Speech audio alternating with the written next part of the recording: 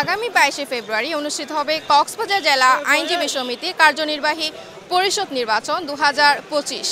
এইবারে 17টি পদে 38 জন প্রার্থী, যেখানে জাতীয়তাবাদী আইনজীবী ফোরামে রয়েছে অ্যাডভোকেট সৈয়দ আলম ও তৌহিদুল আলম, রয়েছে জাতীয়তাবাদী প্যানেল। এর বাইরে গিয়ে স্বতন্ত্র পদপ্রার্থীর সহ সাধারণ সম্পাদক পদে আছেন গোলাম ফারুক খান কাইসার, সহ সাধারণ সম্পাদক পদে রয়েছেন ABM মহিউদ্দিন, সম্পাদক পদপ্রার্থী হিসেবে আছেন শাকু আলম ও যুব ক্রীড়া সাধারণ সম্পাদক থেকে আছেন সৈয়দ হোসেন।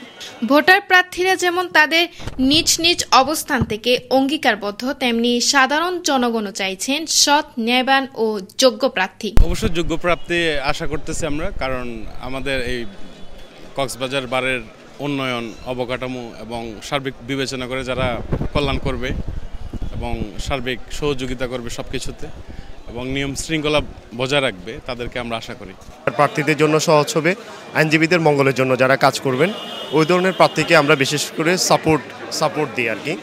তাহলে আমি আমার শুভাকাঙ্ক্ষী এবং আমার যারা অপোজিট আছে সবাইকে সাথে নিয়ে আমি এইবারে ক্রীড়া ও সংস্কৃতিকে একটা ভালো কিছু উপহার দিব ইনশাল্লাহ। স্বচ্ছ এবং 100% স্বচ্ছতা আমি বজায় রাখতে পারবো, এইটার ব্যাপারে আমি এনসিউরিটি দিতে পারবো।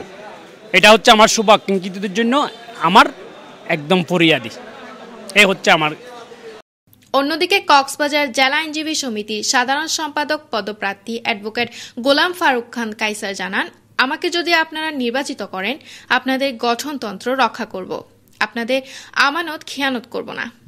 আমাকে যদি আপনারা নির্বাচিত করেন, আমি গঠনতন্ত্র রক্ষা করব, আপনাদের আমানত খেয়ানত করব না এবং আমি আপনাদের পরামর্শ নিয়ে আমি কক্সবাজার জেলার আইনজীবী সমিতিতে আমি আপনাদের সমর্থন নিয়ে, আপনাদের পরামর্শ নিয়ে সিদ্ধান্ত গ্রহণ করে আমি কক্সবাজার জেলা আইনজীবী সমিতির সকল কর্মকাণ্ড পরিচালনা করব বলে আমি আপনাদের কাছে অঙ্গীকার করতেছি।